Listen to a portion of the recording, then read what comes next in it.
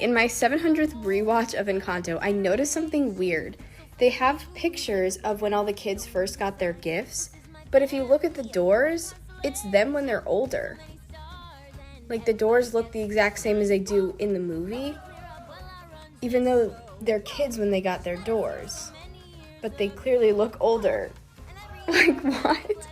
But then on Antonio's door, he's as old as he is when he gets his gift. So why do the other people look older on their doors? It would be one thing if their door grew up with them, I guess, but those pictures are from when they got their gift, when they were 5 years old, and they look like grown adults, so what? Grew to live in fear, with no stuttering or stumbling. I can always hear him sort of muttering and mumbling. I associate him with the sound of falling sand. It's a heavy lift with a gift so humbling. Always left Abuela in the family fumbling, grappling with prophecies they couldn't understand. Do you understand? 7 foot frame, racks along his back. When he calls your name, it all fades to black. Yeah, he sees your dreams, he sounds screams. We don't talk about Bruno, no, no, no.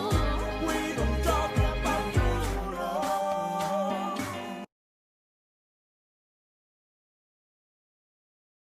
Okay, I didn't know this, but Disney dropped these like character posters for Encanto, right? And also all the characters in front of their doors. Of course, have Mirabel, Luisa, Antonio, Abuela, Isabella, Camilo, Peppa, Dolores, Julieta, and of course, Bruno.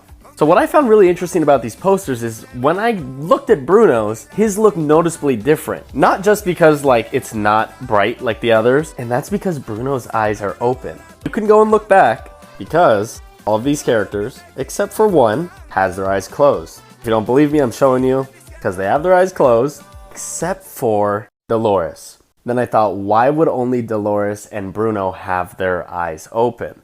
When it comes to these characters, they have their own gifts. We learn that Bruno uses his eyes for precognition. Sight is a sensory thing, just like hearing, which is Dolores' gift. I'm probably not the first to find this out, but I just thought that was cool. So long as you sing. My mom is Dominican, Cuban. My dad is from Chile and PR, which means I'm Chile, Dominic, Rican. But I always say I'm from Queens. How Mirabel would do this trend at the beginning of the movie. But it was my wedding day. We were getting ready and there wasn't a cloud in the sky. No clouds allowed in the sky. Bruno walks in with a mischievous grin. Thunder. You're telling this story or You know what I noticed about the We Don't Talk About Bruno song is most of the people singing it is Pepa's side of the family. Like, yeah, Isabella sings it too, but she just says good things. I'm thankful for my sister, even though sometimes we fight. When high school wasn't easy, she's the reason I survived. I know she never leave me and I hate to see her cry. So I wrote this verse to tell her that I'm always by her side. I wrote this verse to tell her that I'm always by her side.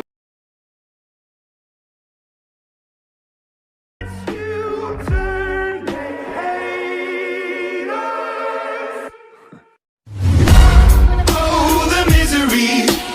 Everybody wants to be my enemy. Spare the sympathy. In Encanto, every single family member is some sort of representation of a trauma or role that somebody would be forced to play in a toxic family. Let's talk about it. You guessed it, I'm a psychology major, so we have to do this. Let's get started. Okay, so let's start off with Abuela. In this situation, Abuela is the abuser, and it's more like mental and emotional abuse with some sort of manipulation in there. And she's assigning her family's worth to their gifts, and not even their gifts, but how helpful they are to her specifically. And this is triggered by her own trauma, like losing her home and the love of her life, but still don't like it because PSA, trauma is no excuse to treat people poorly. And that's exactly what she does. Next up, we have one of my personal favorites, Julieta. I love her so much. She plays the role of the healer or like the fixer, and that's not because of like the food thing she does. If somebody is hurt, she fixes it. If there's a problem, she's the one to deal with it. If the family is falling apart, she's the one who feels like she has to put it back together. And this role is actually really common within toxic families where like one child feels like the family issues are like it's their problem and they need to fix it. And this is the role Abuela put on Julieta.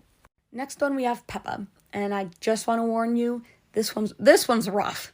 So Peppa's kind of thing that she deals with is like gaslighting. Like she is emotionally gaslit constantly throughout the movie. And you can see this mostly when like Abuela tells her to stop feeling her feelings. And of course in the movie, like it's funny because her emotions are connected to her powers. So then like if she's mad, she has like a rainy cloud over her head. And people are like, ha ha ha, stop it, you have a rainy cloud. But does anybody ask why she has a cloud? Does anybody ask what's wrong? Does anybody validate her feelings? She's specifically told, don't feel your feelings, don't address them, they're not a problem, you're fine. Straight up emotional gaslighting, man. I couldn't find a picture of his door, but next up we have Bruno. For some reason, the one you're super obsessed with. Bruno plays the role of scapegoat within the family. Now, in a toxic family, usually one child is labeled as the scapegoat, and everything is their fault. The parent labels every dysfunction and problem in the family as their fault. And usually the child who is assigned this role is the child that sees the dysfunction and the problems in the family and actually like addresses it and says like, hey, something's wrong, like this isn't right. And the parent's just like, no, you're done. You're done. And that's literally what was happening with Bruno. Like it's a little different, but like just kind of like interpretation. Bruno had the visions, told the family about the problem and the issues. He did not cause any of them. He just warned and like told them about it. And they pretty much shunned him and they were like, we don't talk about Bruno, no. So he's like the scapegoat. Okay, I don't have enough time, but like for part 2. Like a drip, drip, that'll never stop. Whoa. Pressure that'll tip, till you just go pop. Whoa. Give it to your sister, it doesn't hurt, and see if she can handle every family burden. Watch her, she buckles and bends, but never breaks. No mistakes. About Mariano's proposal to Isabella. Dolores, do we have a date? Tonight. He wants 5 babies. Wonderful. Such a fine. Okay. I move mountains, I move churches, and I glow cause I know what my worth is. Of course. I mean, hey, where are you going? I know it sounds a bit fantastical and magical, but I'm part of family Madrigal. What else can I do? Bring it in, bring it in. Guitar, what else bring it in, bring it in. Bring it in, bring it in. Bring it in, bring it in. I grow rows and rows of roses. Flor de Mayo, by the mile. I make perfect practiced poses. So much hides behind my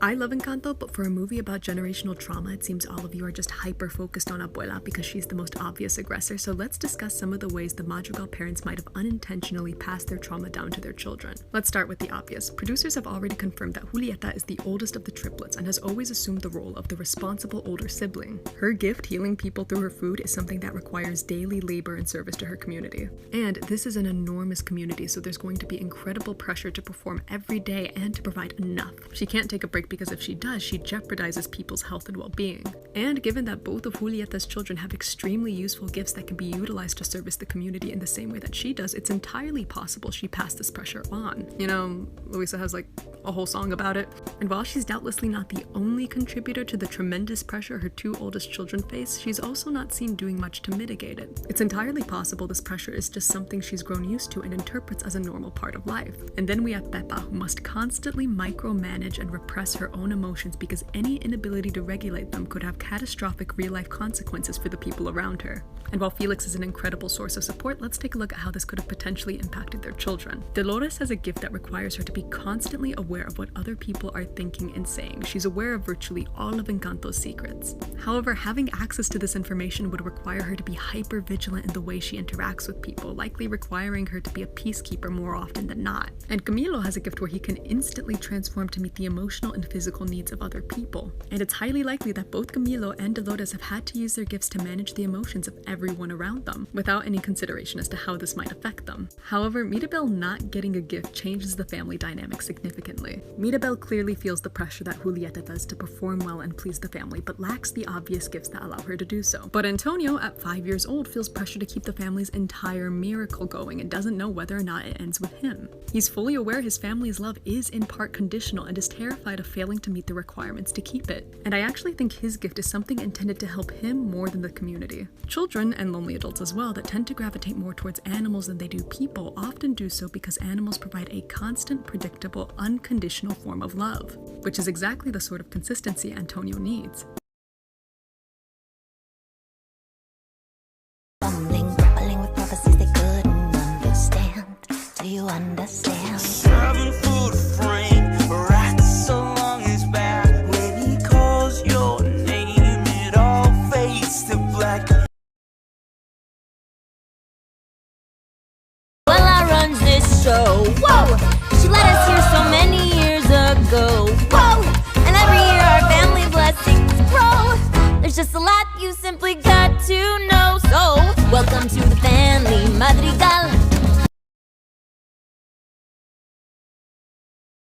Took me so much time, but here's some of the Encanto characters in The Sims 4. It was my wedding day. We were getting ready and there wasn't a cloud in the sky. No clouds allowed in the sky. No walks in with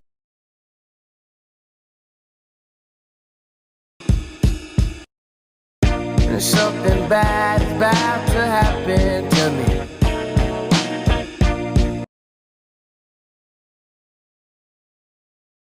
I'm totally fine. Magic's fine. Luisa's fine. I'm totally not nervous. Your eyes doing the thing. I'm the strong one. I'm not nervous. I'm as tough as the crust of the earth is. Okay. I move mountains. I move churches. And I glow because I know what my worth is. Of course. I mean, hey, where are you going? I don't ask how hard the work is. Got a rough, indestructible surface. Diamonds and platinum, I find them, I flatten them. I take what I'm handed, I break what's demanded. But under the surface, I feel berserk as a tightrope walker in a 3-ring circus.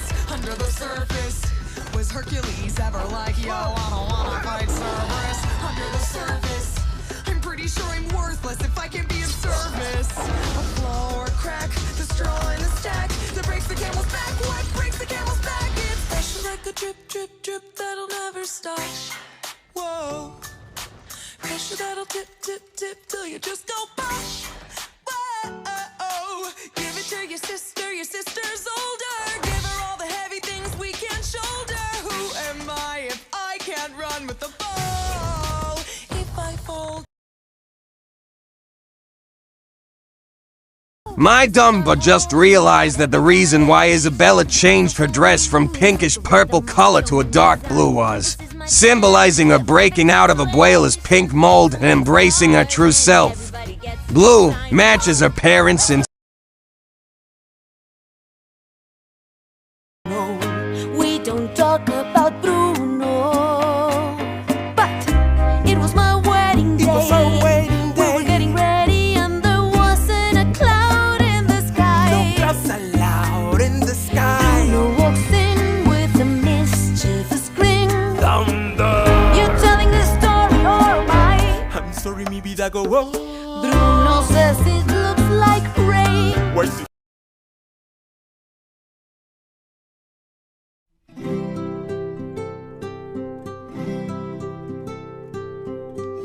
Dos oruguitas enamoradas